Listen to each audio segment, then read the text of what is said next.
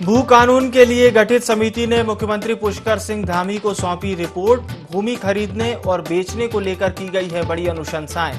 CM बोले, अध्ययन के बाद जनहित में लिया जाएगा फैसला।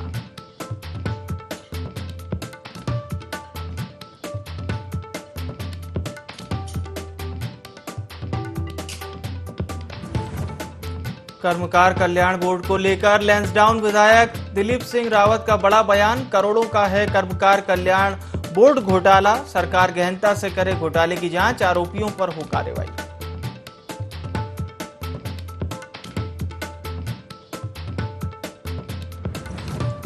पेपर लीक मामले में बीजेपी का कांग्रेस पर आरोप, कहा बेवजह की बयानबाजी और राजनीति कर रही कांग्रेस, पहले अपने गिरेबान में झांके कांग्रेसी नेता।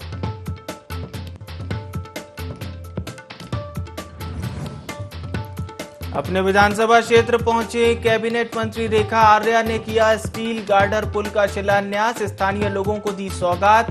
2013 की आपदा में बह गया था पुल।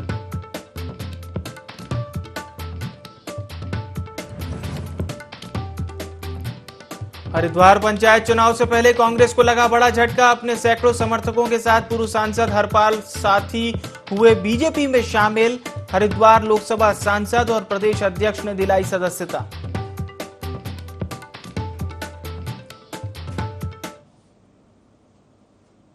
नमस्कार, देवभूमि लाइव देख रहे हैं आप। आपके साथ मैं हूं विवेक पांडे। खबरें उत्तराखंड की। उत्तराखंड में भू कानून के अध्ययन और परीक्षण के लिए गठित समिति ने अपनी रिपोर्ट सीएम पुष्कर सिंह धामी को सौंप दी है। ये समिति ने प्रदेश हित में निवेश की संभावनाओं और भूमि के अनियंत्रित क्रय विक्रय के बीच संतुलन स्थापित करने सहित 23 अनुशंसाएं की है। सीएम धामी ने कहा कि सरकार शीघ्र ही समिति की रिपोर्ट का गहन अध्ययन कर प्रदेश हित में समिति अनुशंसाओं पर विचार कर भू कानून में भी संशोधन करेगी।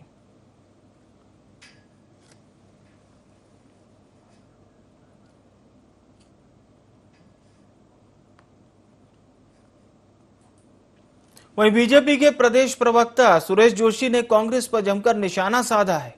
उन्होंने कहा कि देश आजाद होते ही कांग्रेस ने भ्रष्टाचार करना शुरू कर दिया था। 1948 में कांग्रेस ने जीप घोटाला किया था। सन 2002 में राज्य में जब कांग्रेस की सरकार बनी तो कई घोटाले किए गए। बीजेपी ने विपक्ष में रहते हुए इस मुद्दे को उठाया, तब कांग्रेस सरकार ने मजबूरन अधिकारियों को निलंबित किया था। जोशी ने कहा कि सीएम ने पेपर लीक मामले में जांच बिठाकर कई लोगों को सलाखों के पीछे भेजने का काम किया।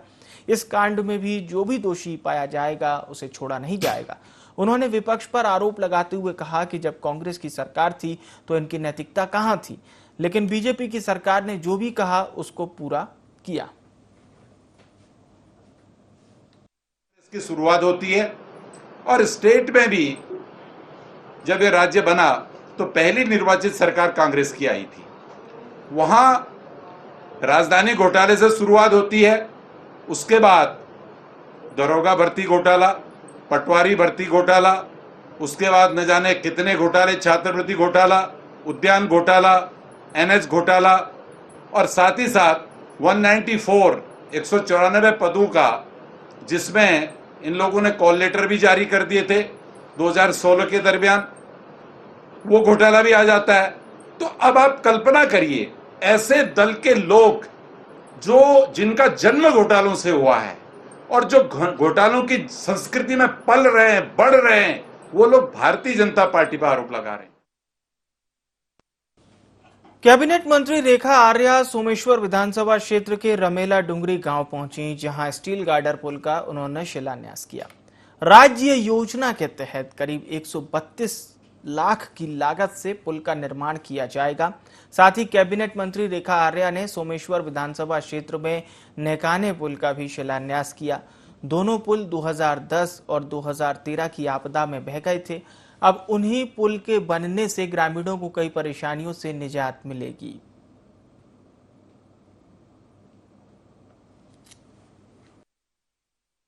हमारे पहाड़ी क्षेत्रों में नदी का प्रवाह हमेशा से रहा है और नदी के प्रवाह में आर पार जो है हमारे गांव बसे हुए हैं और ये पुल जो है वो दोनों क्षेत्रों को जोड़ने का काम करता है, जिसमें हमारे बच्चे भी, हमारे बुजुर्ग भी, हमारी गर्भवती महिलाएं भी, हमारे स्वस्थ व्यक्ति, सभी ग्रामवासी जो है आवागमन का काम करते हैं। में हमारे दो ये महत्वपूर्ण पुल, जो कि एक नैकाना में और दूसरा रमेला डुंगरी में था वो बह गए थे, जिसके कारण से आज तक वह पुल नहीं बन पाए थे। कि आज हमें इन दोनों ही पुलिया का जो है आज शिलान्यास किया गया।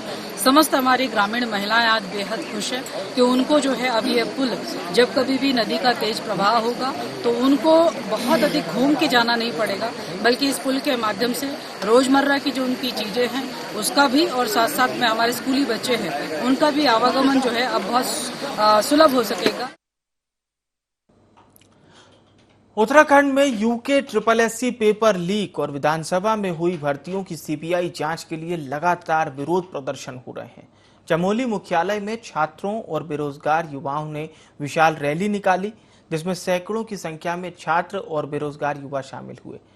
प्रदर्शनकारियों का कहना है कि यदि प्रदेश सरकार युवाओं के भविष्य को लेकर गंभीर नहीं होगी तो उग्र आंदोलन भी आने वाले समय में किया जाएगा।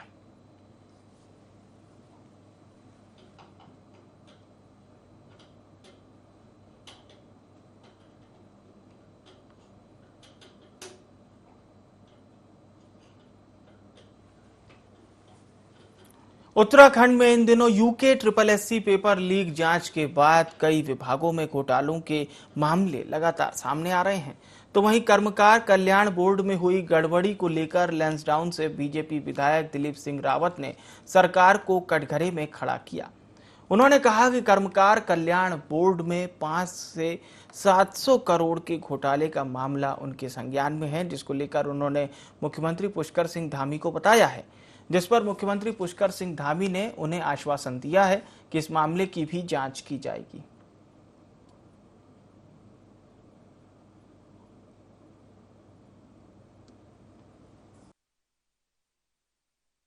मेरा कहना है कि मैंने पहले भी कर्मकार बोर्ड पे कहा था और उसमें मैं समझ से 500-700 करोड़ का लगभग मुझे जो घोटाला नजर आता है, जिसमें अनियमितताएं हुई हैं। तो मेरा माननीय मुख्यमंत्री जी ने मुझे आश्वस्त किया है कि मैं उस पर जांच करूंगा। मंगलौर के लिब्बरहेड़ी गांव में रहने वाले शुभम लोहान ने नेशनल चैंपियनशिप जूडो में सिल्वर पदक जीतकर क्षेत्र का नाम रोशन किया। लखनऊ में आयोजित सीनियर नेशनल चैंपियनशिप जूडो में पदक जीता है, जिससे पूरे क्षेत्र में खुशी का माहौल है। सभी शुभम लोहान को बधाई देने पहुंच रहे हैं। वहीं इस दौरान सिल्वर मेडल विजेता शुभम लोहान ने खेल को नशे से दूर रहने का बेहतर माध्यम बताया।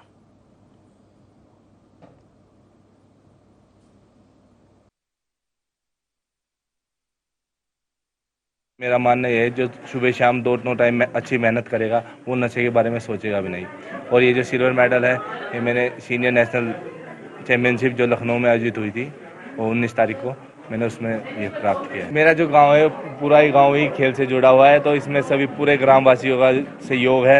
ये मेडल, क्योंकि मेडल अकेला नहीं आता, उसके पीछे बहुत से साथ होते हैं। तो मेरा जो गाँव है वो हमेशा मेरे साथ खड़ा हुआ है और मैं अपना ये जो है अपने कोच और अपने गाँव को देना चाहूँगा। उत्तरकाशी मोटर मार्ग पर सुबाखोली के पास भूस्खलन होने से यातायात बाधित हो गया, जिससे मार्ग के दोनों ओर वाहनों की लंबी कतारें लग गईं। दरअसल पहाड़ी से भरी चट्टानें यहां पर सड़क पर गिरकर आ गई और लगभग 8 घंटे तक लोग इस जाम में फंसे रहे। बता दें कि इस मार्ग से देहरादून, जौनपुर, उत्तरकाशी आदि क्षेत्रों के लोग आवागमन करते हैं।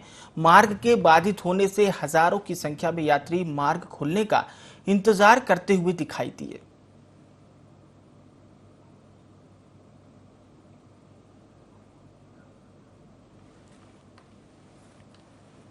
हरिद्वार में पंचायत चुनाव से पहले कांग्रेस को बड़ा झटका लगा है। पूर्व सांसद हरपाल सिंह साथी ने अपने समर्थकों के साथ कांग्रेस छोड़ दी है। हरपाल सिंह ने बीजेपी प्रदेश अध्यक्ष की मौजूदगी में बीजेपी का दामन थामा। उन्होंने दरअसल कहा कि आज हमारी घर वापसी हुई है, जिसके लिए हम और हमारे कार्यकर्ता काफी खुश हैं।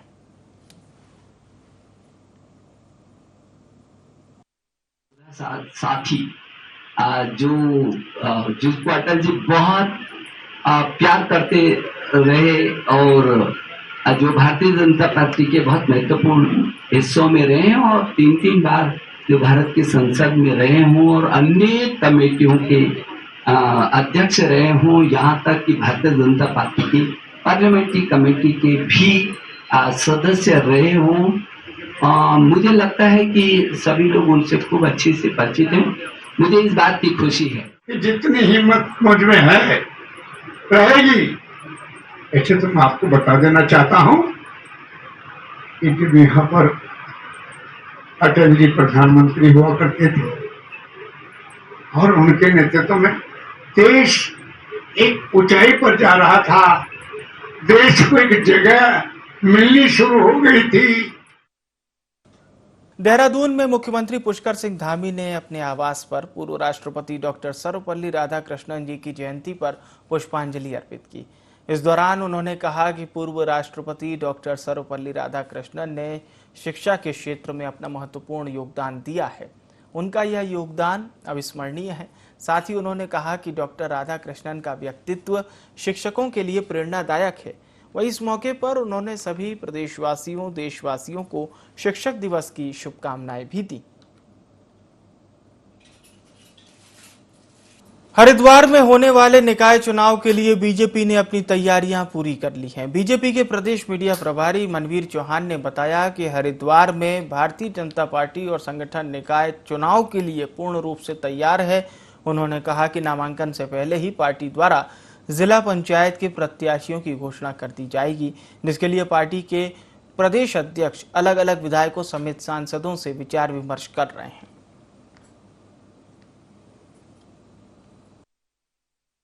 कि भारतीय जनता पार्टी एक कार्यकर्ता प्रधान पार्टी है और भारतीय जनता पार्टी को किसी भी चुनाव को लेकर के विशेष रूप से अलग से कोई तैयारी करने की आवश्यकता नहीं होती है। और हमारे भारतीय जनता पार्टी के कार्यकर्ता और सभी पदाधिकारी हमेशा जन सेवा में जुटे रहते हैं। उसी के कारण भारतीय जनता पार्टी को चुनाव में सफलता मिलती है। लेकिन अभी हमारे हरिद्वार जिले में पंचायत चुनाव होने जा रहे हैं, उसको लेकर के हमारे पार्टी संगठन पूरी तरह से तैयार है। और हमारी अभी 7-8 तारीख को जो अभी चुनाव आचार संहिता लगी हुई है, उसको जो नामांकन होने उससे पहले हम भारतीय जनता पार्टी अपने जिला पंचायत के लिए अधिकृत प्रत्याशी घोषित कर देगी।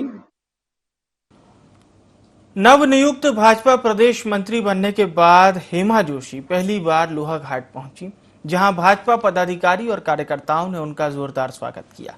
कार्यकर्ताओं ने नवनियुक्त भाजपा प्रदेश मंत्री हेमा जोशी को नारी शक्ति का उदाहरण बताते हुए कहा कि भाजपा में नारी शक्ति का सम्मान किया जाता है। इस दौरान हेमा जोशी ने कहा कि नारियों को हर क्षेत्र में आगे बढ़ाना उनका प्रमुख उद्देश्य रहेगा। जिले के अंतिम छोर तक केंद्र और राज्य सरकार द्वारा चलाई जा रही योजनाओं का लाभ महिलाओं तक पहुंचाया जाएगा। हेमा जोशी ने सभी भाजपा कार्यकर्ताओं से 2024 लोकसभा चुनाव की तैयारियों में जुट जाने की अपील की।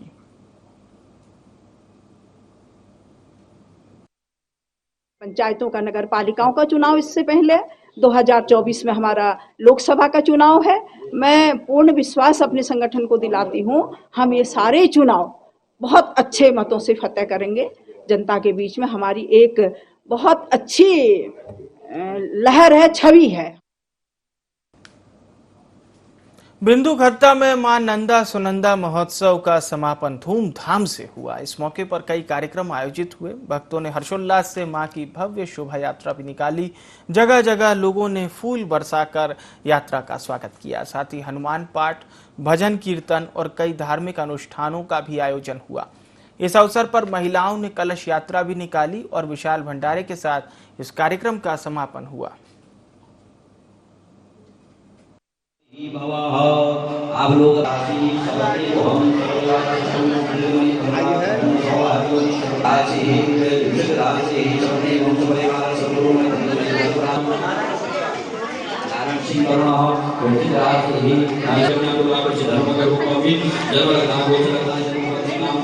आरोग्य आदि ऐश्वर्यादि अखंड सौभाग्यवती भवः। आप लोग यात्रा निकाली गई, कलश यात्रा, भव्य कलश यात्रा निकाली गई और जिसमें हजारों लोगों ने यहाँ पर भाग लिया था। और शुद्धकरण से माँ की कलश यात्रा यहाँ से प्रारंभ हुई और नगर का भ्रमण करके वापस यहाँ पर सुरक्षित आई है। और ये माँ का आशीर्वाद 2006 से माँ का ये मेला हम लोग मना रहे हैं। और यहाँ पर जो है ये इस प्रकार से सजावट होती है, माँ का मेला मनाया जा रहा है। यहाँ पर लोग बहुत भक्तिमय यहाँ पर ओतप्रोत होकर यहाँ पर आते हैं।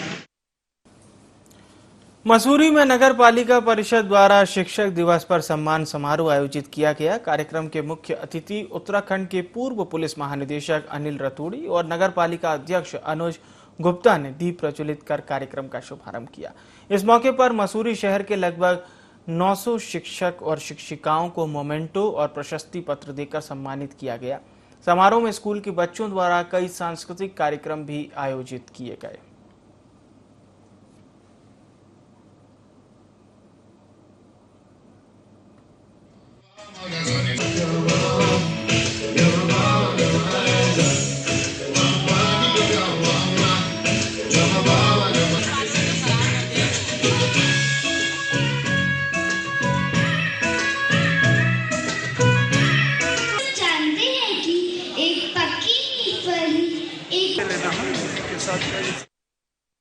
से ज़्यादा शिक्षकों को हमने सम्मानित करने का कार्य किया और निश्चित रूप से उनके उज्जवल भविष्य की हमने कामना की है और उनको इससे बहुत ऊर्जा मिलेगी, बहुत इंस्पायर वो लोग होंगे।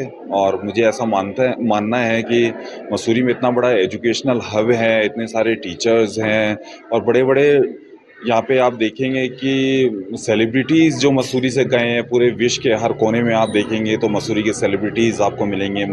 इन शिक्षकों की ही देन है और आज इनकी वजह से ही सब कुछ संभव है।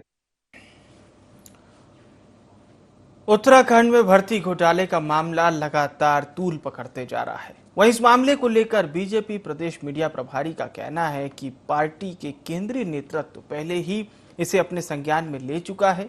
बीजेपी सरकार जीरो टॉलरेंस पर काम करने वाली सरकार है। उन्होंने कहा कि सरकार सतर्कता से इसकी जांच करवा रही है और अभी तक 33 लोग इस जांच के दायरे में आ चुके हैं। वहीं उन्होंने कहा कि मुख्यमंत्री धामी स्पष्ट कह चुके हैं कि कहीं भी अगर कोई गड़बड़ी होती है तो उसे बख्शा नहीं जाएगा।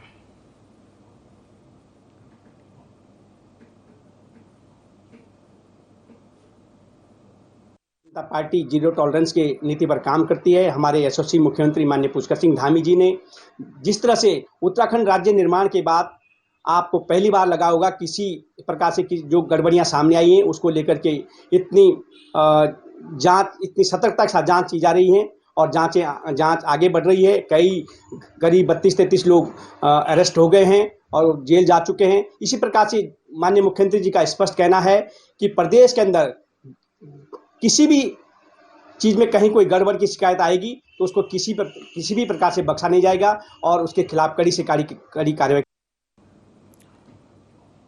प्रदेश में भर्ती घोटालों को लेकर लैंसडाउन विधायक दिलीप सिंह रावत ने कहा कि कांग्रेस भ्रष्टाचार विरासत में छोड़कर गई थी।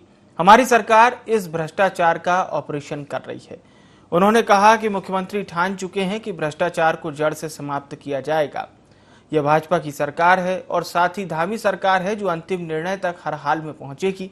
जो भी दोषी होंगे उन पर सरकार जरूर कार्रवाई करेगी और उन्हें दंडित करने का काम भी करेगी।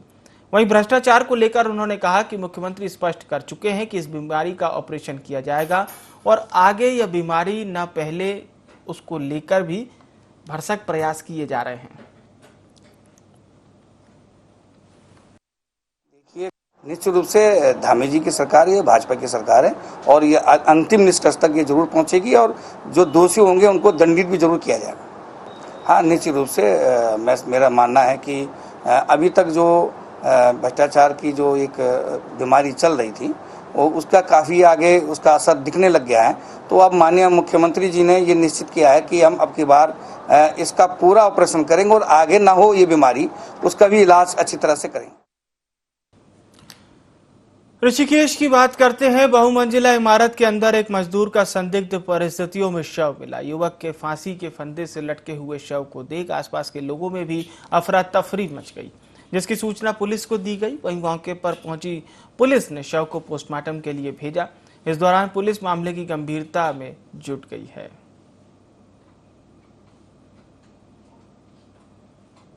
लड़का ने देखा था सवेरे 8 बजे करीब, तब बताया सबको जैसा ऐसा बात है।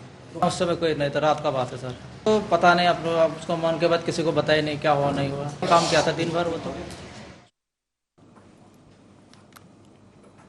खटीमा में पीलीभीत रोड स्थित पेट्रोल पंप पर कुछ दबंगों ने पेट्रोल पंप के कर्मचारियों से मारपीट कर दी।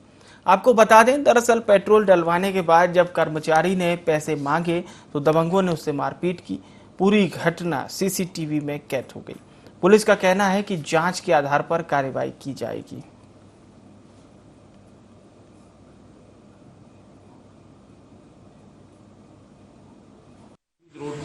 एक चौहान पेट्रोल पंप में कल कुछ लड़कों द्वारा उनके सेल्समैन के साथ मारपीट की गई। तो इनके द्वारा अभी सूचना दी जा रही है थाने में, और इस पर जो है जैसे ये तहरीर आती है वैसी वैधानिक कार्रवाई की जाएगी। तो पेट्रोल पंप पर कर्मचारी से मारपीट हुई थी, जिसकी जांच में पुलिस फिलहाल जुट गई है। और ये घटना भी आप देख सकते हैं किस तरह से पूरी सीसीटीवी में कैद हुई है।